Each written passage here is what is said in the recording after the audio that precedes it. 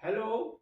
BSc agriculture के प्रथम semester में एडमिशन लेने वाले जो हमारे प्रवेश लिए हैं नए बच्चे, उनके लिए जो है फसलों का विशिष्ट वर्गीकरण जो है एग्रोनॉमी के अंतर्गत आता है और इससे जो है शॉर्ट आंसर क्वेश्चंस अक्सर पूछे जाते हैं। तो इसमें special classification of the crop कहते हैं। सबसे पहले आता है कवर क्रॉप। पहले तो हम जानेंगे कि यह कवर क्रॉप होती क्या है।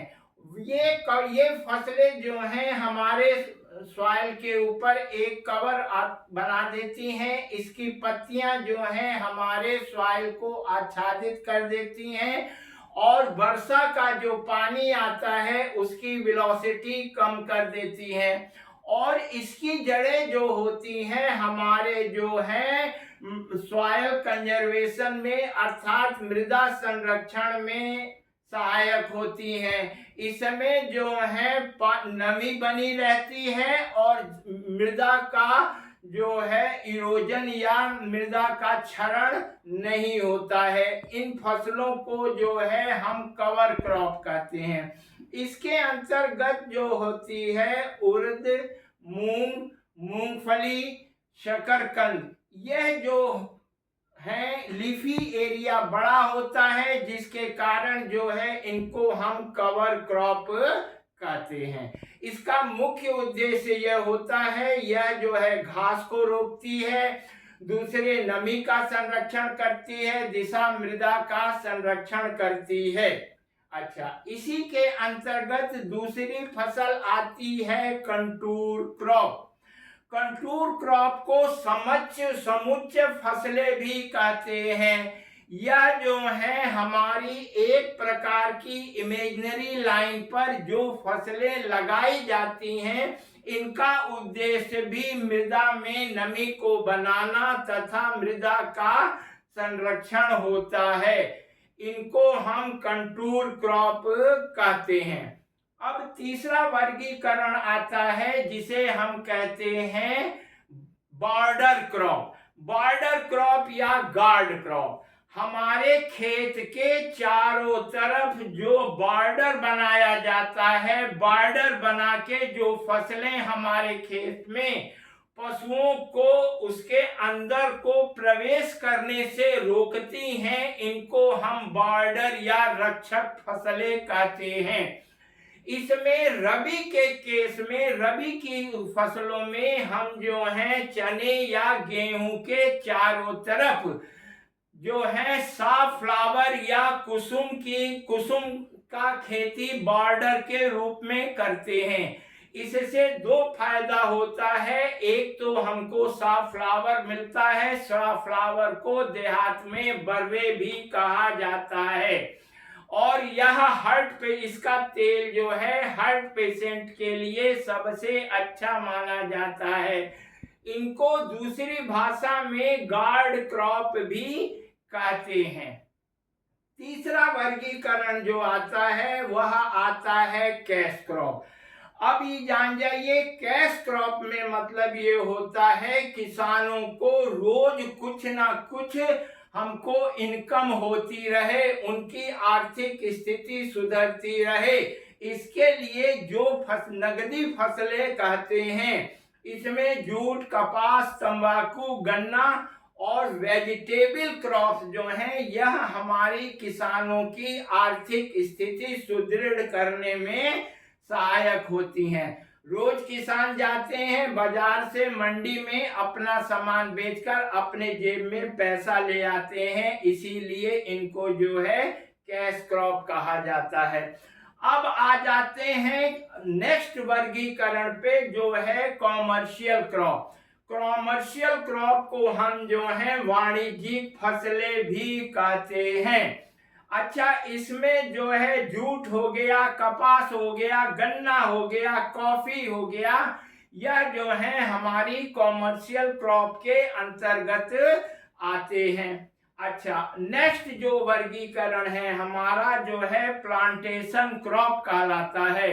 प्लांटेशन क्रॉप जो है हमको जो है रोपित फसलें होती हैं, इसमें जो है हम जो है बड़े स्तर पर, और इसको जो प्लांटेशन क्रॉप को जो गवर्न करता है कृषि मंत्रालय ना गवर्न करके इसको वाणिज्य मंत्रालय करता है, और यह फॉरेन एक्सचेंज का सबसे बड़ा स्रोत होता है। इसमें जो है नारियल हो गया, ताड़ हो गया, सुपारी हो गया, काजू हो गया, कॉफी, चाय और रबड़, यह हमारे प्लांटेशन क्रॉप में आती हैं। अच्छा, अब नेक्स्ट जो वर्गीकरण आता है हमारे यहाँ कैच क्रॉप या इमरजेंसी क्रॉप। अब आप समझिए कैच क्रॉप या इमरजेंसी क्रॉप क्या होती है।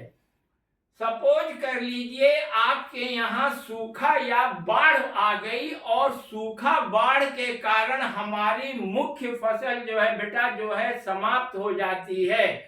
अब इसको जो इसकी भरपाई कर, सपोज कीजिए बाढ़ आ गया, बाढ़ आने से मेन क्रॉप हमारी खत्म हो गई, या सूखा आने से मेन क्रॉप खत्म हो गई, लेकिन अभी हमारी खरीफ की फसल से रबी की फसल में टाइम कम से कम 3 महीने का है। तो हम क्या करते हैं, शॉर्ट या अल्पकालीन फसलों की बुआई करके अपनी कुछ क्षतिपूर्ति कर लेते हैं। इसको बेटा इमरजेंसी क्रॉप कहते हैं। इसमें उर्द मूंग हो गया और तोरिया जो है, या फिर हमारी शॉर्ट ड्यूरेशन की जो वेजिटेबल्स हैं, यह अच्छा मुनाफा हमको देकर जाती हैं, इसीलिए इनको जो है इमरजेंसी क्रॉप कहते हैं। दूसरा अब आ जाएगा नेक्स्ट वर्गीकरण बेटा जो होता है, यह ट्रैप क्रॉप होता है। ट्रैप का मतलब होता है इसको हमको किसी तरह फंसाना, किसी चीज को हम जो है ट्रैप कर लिया, अर्थात ये अपने चुंगल में इसको फंसा दिया जाता है। जैसे ट्रॉप कार में, और जैसे ऑर्बेंकी हो गया, ऑर्बेंकी एक जो है पैरासाइट वीड्स है, और इसको कंट्रोल करने के लिए बेटा हम जो है सोलोनेसी फैमिली का प्रयोग करते हैं, अर्थात यह सोलोनेसी फैमिली इनको बहुत प्रिय होती है।